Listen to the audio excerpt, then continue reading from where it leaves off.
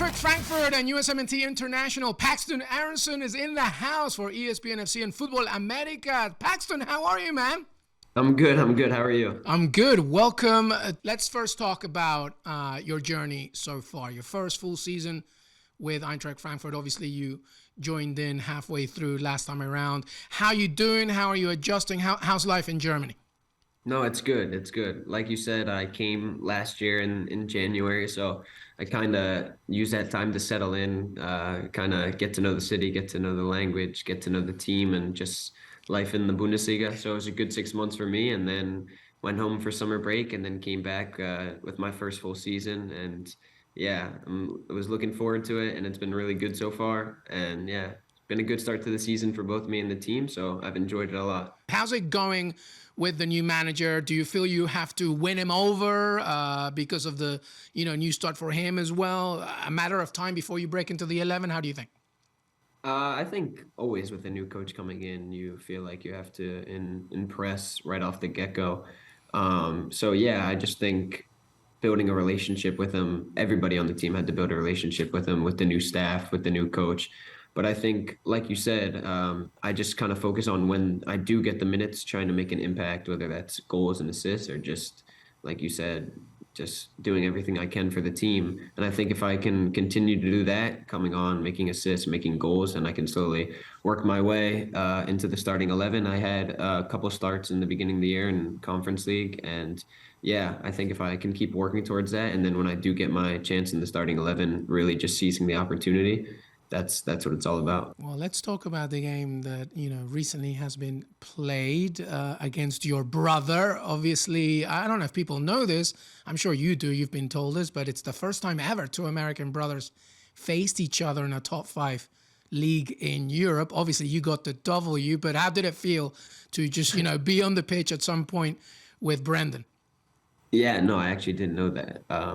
Great. Well, it's another surprise for you then. There you go. Yeah, it was definitely, it's kind of hard to describe. It was a surreal moment, really proud moment for me and, of course, my family. But it was definitely strange sometimes on the pitch, when he's on the field dribbling against me and I'm having to backtrack, play defense, and he's trying to score against us, and then I'm getting the ball, trying to attack the other way. It was strange for sure, just seeing him pick up the ball and in a real game, like you said, in the top 5 league. So it was a really proud moment, really surreal moment, and it was one that I'll cherish for the rest of my life and like my family. So, but yeah, it was really crazy. Hey, we were just talking off camera as well before we started taping that you got to hang out with Miami Dolphins wide receiver Tyreek Hill when the Dolphins played the Chiefs in the NFL game in Germany. How was that?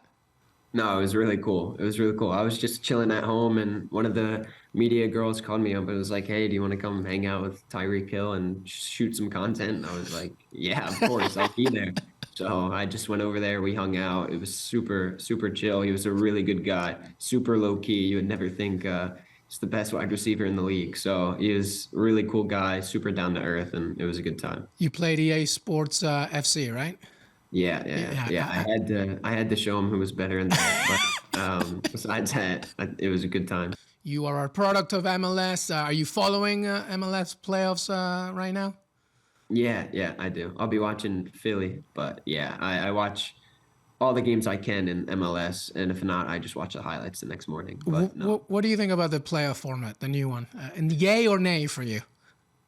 For me, probably no. I don't know. It's just so many games and they're so spaced out. Like Philly played, I think it was like 10 days ago, and now they have to play again. And yeah, it definitely, I think, brings a whole new aspect into it, though, for sure. With the no goal differential, it just is 2 straight flat games where you restart from 0. So a lot of opponents definitely come into it. And yeah, you can kind of judge it however you want. But I think the standard old way for me would probably be the best way. How important is it, do you think, to have that channel, that relationship between MLS and certain leagues in Europe in order to just become a transactional relationship, right? Where MLS is not just like looking at Europe for talent, but it's also the other way around, just like you. Europe is looking at MLS for talent. How important do you think that is, not just for both leagues, but also for players like you that want to break into the international game?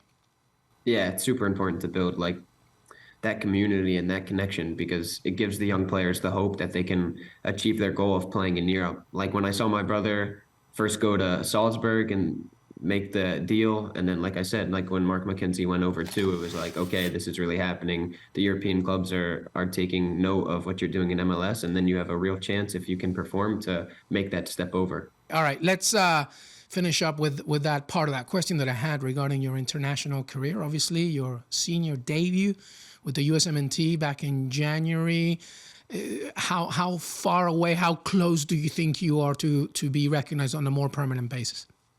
Yeah, I think I've been with the U23s the last camp. That's the start of the cycle, and we played against Mexico and Japan, and it was really great playing with the guys, playing with the team. I had a lot of fun, and it was two really competitive matches.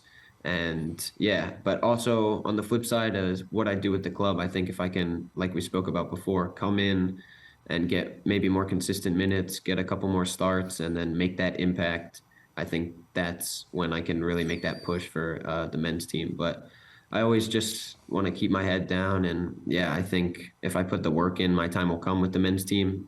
That's what I believe. And yeah, I just think now with the U23s, I can focus on that